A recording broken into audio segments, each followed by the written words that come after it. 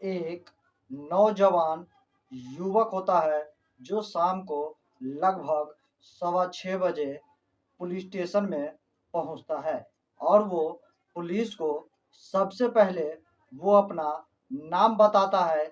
उस युवक का नाम अफान होता है और उसकी उम्र 23 वर्ष होता है और वो पुलिस को ये बताता है कि वो अभी तक 6 लोगों की हत्या कर चुका है। और वो पुलिस के सामने जैसे ही ये बात कहता है, पुलिस तुरंत ही हैरान हो जाते हैं और वो उससे पूछते हैं कि तुम क्या मजाक कर रहे हो। लेकिन वो जो युवक था, वो जो बता रहा था, वो वाकई में हकीकत था और सच्चाई थी। वो बताता है 3 अलग-अलग इलाकों में उसने अपनी माँ और अपनी दादी, चाची समेत अपने सबसे छोटे दुलारे भाई, यानी कि जिसे सबसे ज़्यादा प्रेम करता था, वो अपनी माँ के साथ सभी लोगों की, यहाँ तक कि उसने अपनी गर्लफ्रेंड की भी हत्या कर दी। और जिस जिस भी इलाके में उसने हत्या की थी, वो लगभग 20 से 25 किलोमीटर के दायरे में थी। पुलिस को उसकी बातों पे यकीन नहीं हो रहा था, लेकिन उसने जो कहा था, वो उन सभी जगहों पर पुलिस अपनी एक टीम भेजती है ताकि ये कंफर्म किया जा सके कि वाकई में इस लड़के ने 6 लोगों की हत्या की है।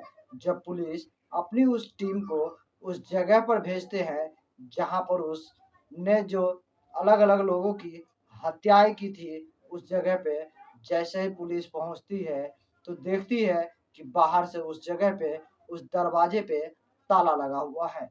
और जैसे ही दरवाजा का ताला तोड़कर पुलिस उस घर के अंदर पहुंचती है, तो उस घर की जो हालत होती है, उसे देखकर वाकई में पुलिस के पैरों तले से जमीन खिसक जाती है। और उन्हें इन सभी घटनाओं की जानकारी होने के बाद पुलिस को यकीन नहीं हो रहा था कि आखिर एक 23 साल का नौजवान युवक अपनी ही माँ की हत्या क्यों करेगा। और वो भी जिस लड़की से प्रेम कर रहा था, उस लड़की की भी उसने हत्या कर दी थी।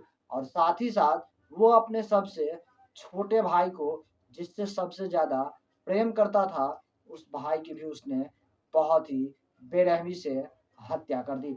आखिर इस हत्या के पीछे की वजह क्या थी और उसने अपने सभी दोस्त और रिश्तेदारों की हत्या क्यों की, और हत्या करने के बाद वो पुलिस के सामने सरेंडर क्यों किया, जबकि बाकी के कोई भी अपराधी होता है तो हत्या करने के बाद घटनास्थल से तुरंत ही फरार हो जाता है। लेकिन इसने खुद ही पुलिस स्टेशन में जाकर सरेंडर कर दिया, जिसको लेकर पुलिस और भी हैरान हो जाते हैं।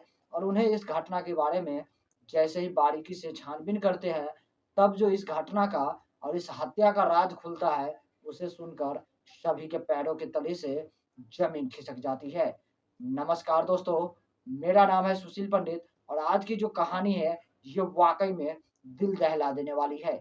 यकीन मानिए, इस कहानी को सुनने के बाद आपके भी पैरों के तले से जमीन खिसक जाएगी और आपको अपने कानों पे विश्वास नहीं होगा कि एक 23 साल का नौजवान युवक अपने पूरे परिवार की हत्या कर दिया। आखिर इसके पीछे की वजह क्या थी? दोस्तों, अगर आपको ये वीडियो पसंद आए तो हमारे इस वीडियो को एक लाइक कर दीजिएगा और चैनल को भी सब्सक्राइब ज़रूर कर लीजिएगा। दोस्तों, यह घटना केरल राज्य के राजधानी तिरुवनंतपुरम इलाके की है। उसी के अंतर्गत वेंजारामुरु थाना क्षेत्र होता है। उसी थाना क्षेत्र की यह घटना है। दरअसल वहां पर शाम का लगभग 6:15 बजा होता है और एक युवक पुलिस स्टेशन में पहुंचता है और वो युवक अपना नाम पुलिस को बताता है कि उसका नाम पाम है। और उसके बाद वो बताता है कि उसने आज भी सुबह 10 बजे से लेकर अभी तक उसने 6 लोगों की हत्याएं कर दी है और वो भी 3 अलग-अलग इलाकों में उसने ये सारी कत्ल की है। जैसे ही ये बात पुलिस को कहता है, तो पुलिस को शायद ऐसा लगता है कि ये कोई मजाक करता है, कोई शराब पीकर ये युवक आया हुआ है। लेकिन वो वाकई में ये भी बताता है कि उसका घर इस पुलिस स्टेशन से लगभग 5 किलोमीटर की दूरी पर है। लेकिन उसने ये 3 जो इलाके बताए जहां पर अलग अलग लोगों की इसने हत्याएं की थी, वो लगभग 20 से 25 किलोमीटर के दायरे में होती है। पुलिस सबसे पहले जैसे ही उसे गिरफ्तार करती, उससे पहले वो ये कंफर्म कर लेना चाहते थे कि वाकई में उसने जो बताया वो हकीकत है या बस यूं ही अफवाह है। तो पुलिस अपनी एक टीम को सबसे पहले उस युवक के नजदीकी घर, जो 5 किलोमीटर के दायरे में होता है, वहां पर अपनी टीम को भेजता है। पुलिस जैसे ही उस पते पर पहुंचती है तो देखता है कि बाहर से दरवाजा पे ताला लगा हुआ होता है, और फौरन ही वो ताला को तोड़कर जैसे ही कमरे में पहुंचता है तो वहां पर सबसे पहले वो किचन में जाते हैं, जहां पर गैस की बदबू आ रही थी। यानी कि गैस का नोजल खुला हुआ था, और उस गैस को सबसे पहले पुलिस उस गैस की नोजल को बंद करते हैं। और उसके बाद वो हॉल में पहुंचते हैं, जहां पर एक 13 साल के मासूम बच्चे की खून से लथपथ डेड बॉडी मिलती है। वो जो बच्चा था, वो 13 साल का मासूम उस अफान का भाई होता है। जो उस 13 साल के बच्चे का नाम एहसान होता है। वो उस कातिल के छोटा और सबसे प्यारा भाई था। और उसके बाद ठीक उसी के बगल में जब जाता है ऊपर वाली मंजिल पे, तो वहां पर देखता है कि एक महिला की डेड बॉडी मिली है। जो वो महिला भी खून से लथपथ थी, लेकिन उस महिला की अभी भी सांसें चल रही थी। दरअसल वो जो महिला थी, वो उस अफान के कातिल का माँ होता है, और उसकी सांसें अभी भी चल रही होती है। पुलिस फौरन ही एम्बुलेंस बुलाती है और उसे हॉस्पिटल में पहुंचाया जाता है। जैसे ही वो नीचे उतरकर हॉल में आ रहे होते हैं, तभी उधर उसकी दूसरी कमरे पे नजर पड़ती है, जहां पर एक नौजवान लड़की की लाश मिलती है। उस लड़की का नाम फरसाना होता है, जो कि उस कातिल का गर्लफ्रेंड था। यानी कि वो जो अफान था, उसकी वो प्रेमिका थी। यानी कि जिस पते पे उसने बताया था, वहां पर उसे 3 लोगों की बॉडी मिलती है, जिसमें से उसकी माँ अभी भी जिंदा थी। बाकी उसका भाई और प्रेमिका जो थी, उन दोनों की लाशें मिलती है। पुलिस उन सभी को बॉडी को पोस्टमार्टम के लिए भेज देते हैं, और उसकी माँ की हॉस्पिटल पहुंचाया जाता है, ताकि उसकी बेहतर तरीके से इलाज हो सके। और उसके बाद पुलिस को जैसे ही वापस जा रहा होता है, तभी उसे याद आता है कि उसने 2 और इलाकों की बातें बताई थी, जहां पर उसने हत्या की थी। आखिर उसने जिस भी लोगों की हत्या की थी, वो सभी के सर पे हथौड़े की वार कर करके उन सभी की हत्या कर दी थी।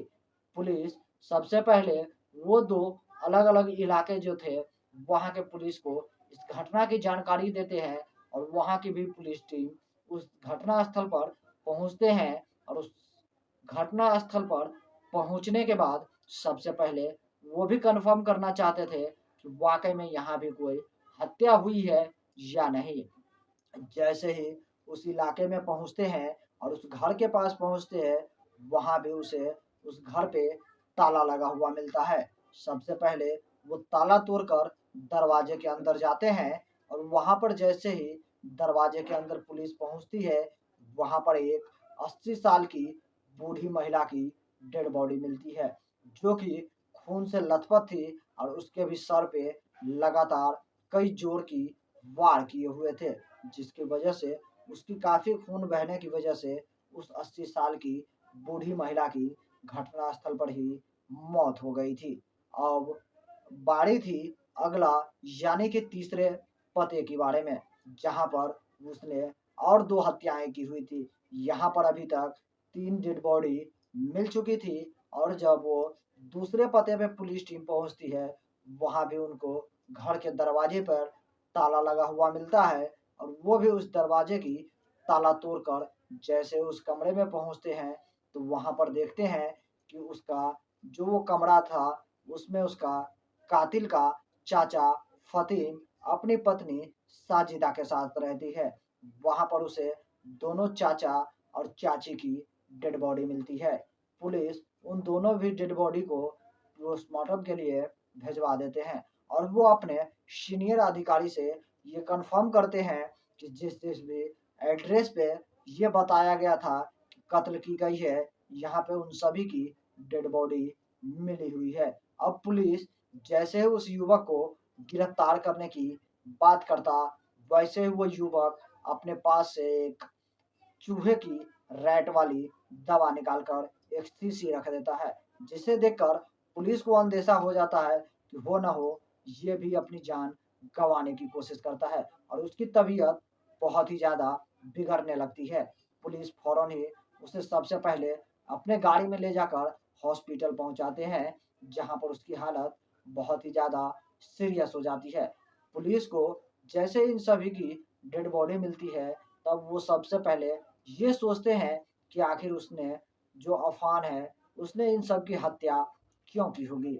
आखिर हत्या के पीछे इसका असली मकसद क्या था? छानबीन करने के दौरान ये पुलिस को ऐसा लगता है कि हो सकता है अफान जो था, वो अपने परिवार की जो सभी लोगों की हत्या की, वो ड्रग्स के नशे के कारण हो सकता है। लेकिन पुलिस को उसकी इस तरह की नशीली रिपोर्ट की उसकी अभी इंतजार थी कि वाकई में उसके अंदर कोई ड्रग्स के भी ट्रेसेज है या नहीं।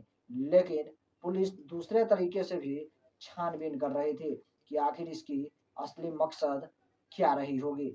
तब जाकर अगल बगल के लोगों से पूछताछ की जाती है, रिश्तेदारों से पता की जाती है, तो उन्हें ये पता चलता है कि ये जो अफवान था, इस ये केरल में रहकर एक कारोबार शुरू किया था, जो कि लॉकडाउन के दौरान उसका ये कारोबार चला नहीं, तो वो वापस अपना केरल में आकर रहने लगा था। लेकिन इसी कोरोना काल के दौरान उसके घर की आर्थिक स्थिति थोड़ी-सी खराब होने लगी, जिसकी वजह से वो अफ़ान बहुत ही ज़्यादा परेशान रहने लगता है और उसके बाद वो इन सारी घटना को जो है अंजाम देने के लिए वो प्लानिंग करता है और उसके बाद एक-एक करके वो सभी लोगों की हत्या करने की खौफनाक साजिश रच लेता है और सबसे पहले वो जो है अपना बाइक निकालता है और बाइक पर सवार होकर वो सबसे पहले 20 से 25 किलोमीटर का सफ़र तय करने के बाद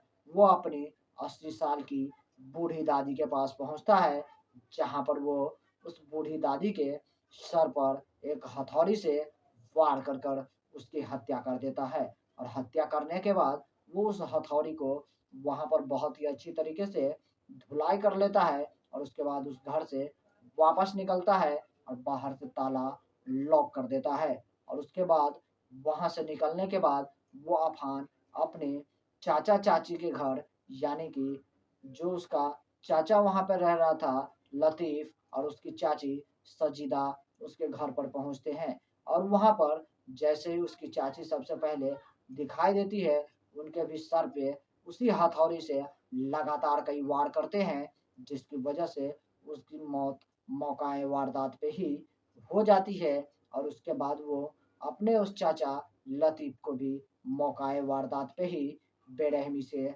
हत्या कर देता है और हत्या करने के बाद वहाँ से वो वापस 25 किलोमीटर का सफ़र तय करने के बाद वो अपने घर पहुँचता है, जहाँ पर उसका 13 साल का मासूम भाई था। सबसे पहले उससे वो बहुत ही अच्छी तरीके से बातचीत करता है और एक पिता की तरह वो अपने उस छोटे भाई को सबसे ज़्यादा प्रेम भी करता है। लेकिन उसके भाई को खाने में अरबियन फूड होता है, वो उनको बहुत ही ज़्यादा पसंद होता है।